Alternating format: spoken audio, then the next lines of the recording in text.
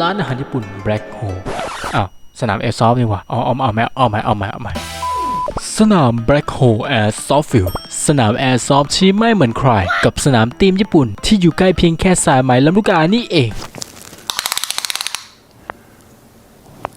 That's quite big. วันนี้กับเรามนุษย์เงินเดือนน้อยอย่างพวกผมกับจำนวนอันนิดหน่อยแล้วมาดูกันสิครับว่าจะได้กลับบ้านกันกี่คน